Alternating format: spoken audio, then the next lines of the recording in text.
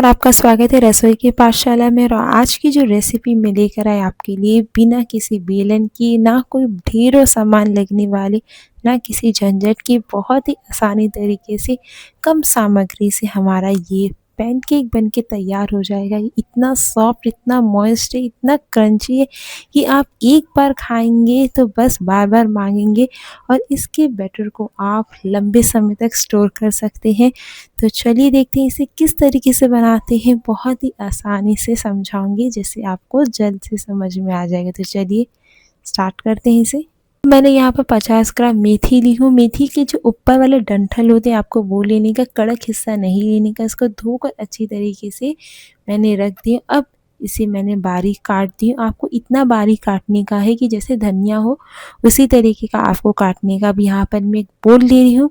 बोल में अपने सारे मैं इंग्रेडिएंट्स डालूंगी। जिस तरीके से मैंने यहाँ पर रखी, आधा कप करके मैं 2 बार मैं बेसन ले रही हूँ। बेसन को मैंने चाल ली थी। तो इस तरीके से आपको चाल लेने का, इसमें गुठलियाँ नहीं बनती है।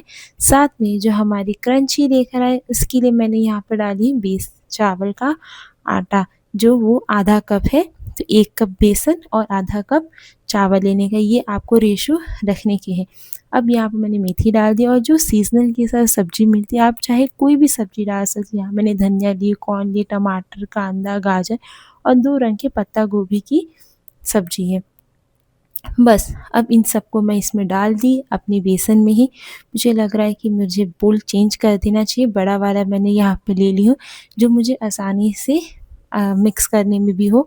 अब मैंने पहले पानी नहीं डाली। जो मेरी इंग्रेडिएंट्स थी, यानी कि जो मेरी सब्जियां थी, वो इसमें मैंने डाल दी है। इससे क्या होगा कि जो हमारे बेसन ना, उसमें गुठलियाँ नहीं बनेगी। अगर आप पानी का तुरंत कर देंगे तो गुठलियाँ बन जाएंगी। और जो सब्जी का पानीपन रहता है वो भी रह जाएगा, ज़्यादा हो जाएगा, ज़्यादा गीला हो जाएगा। अब यहाँ पे जो मैंने कुछ स्पाइसेस लिए जो सूखे हैं, जैसे कि नमक ली हूँ, हल्दी ली हूँ, फिर बाद में तिल्ली है, हींग है और पिंक सॉल्ट।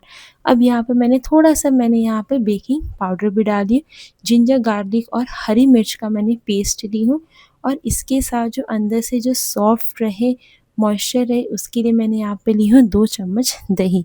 अब इन सबको अच्छी तरीके से हम मिक्स कर लेंगे। इसी ड्राई में पहले मिक्स करेंगे, फिर बाद में ज़रूरत के हिसाब से हम इसमें पानी डालते रहेंगे धीरे धीरे।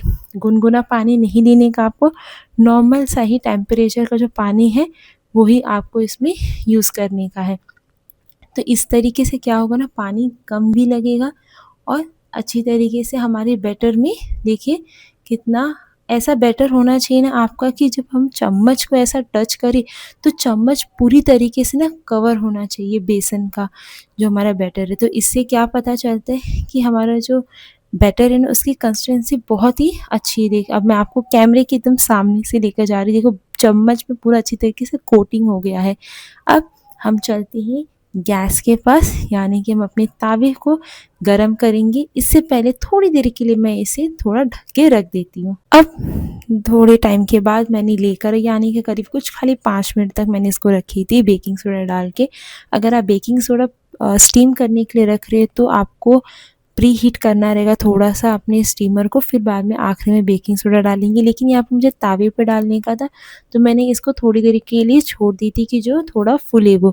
अब क्रिस्पी करने के लिए और अंदर से जो, मतलब ये तो बाहर का क्रिस्पी करने के लिए हमने तो यूज़ किया चावल का आटा, लेकिन उसको जो अंदर से मॉइस्चर और क्रिस्पी करने के लिए मैंने यहाँ पर तेल डाली थी।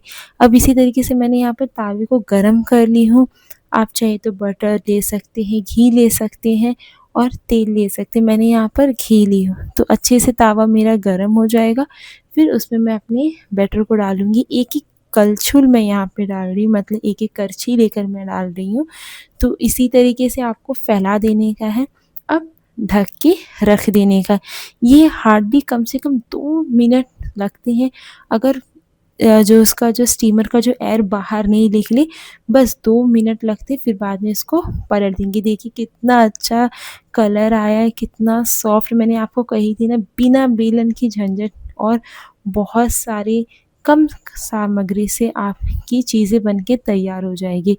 और इसी तरीके से हमारा ये मेथी का पैनकेक आप सुबह-सुबह के नाश्ते में बच्चों को दे सकते हैं, टिफ़िन में दे सकते हैं, अपने फादर को, हस्बैंड को, किसी को भी आप दे सकते हैं। और ये बहुत ईज़िली तैयार हो जाता है। देखिए कितना क्रिस्पी है, मैं आपको नज़दीक से लेकर जाके दिखाती हूँ।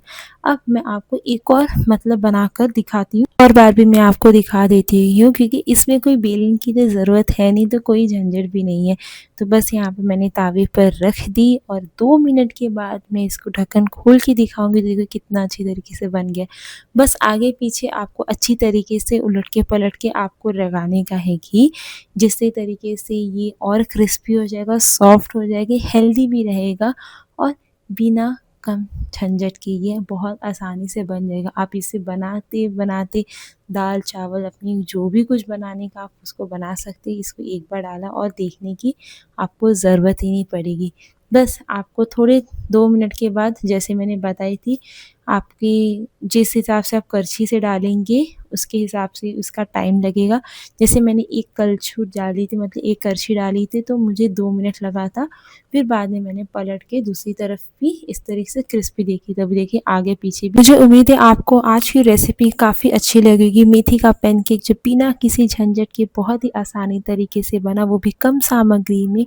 तो इसी के साथ मुझे कमेंट सेक्शन में बताएं कि आपको आज का रेसिपी कैसा लगा। तो बिल्कुल ना भूलें लाइक, शेयर और सब्सक्राइब। और मुझे अभी के लिए बाय बाय, टेक केयर, स्वस्थ रहें, खुश रहें।